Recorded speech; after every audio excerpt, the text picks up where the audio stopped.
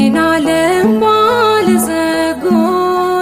ነፍሴ አጥብቃ ራቀቻቸው።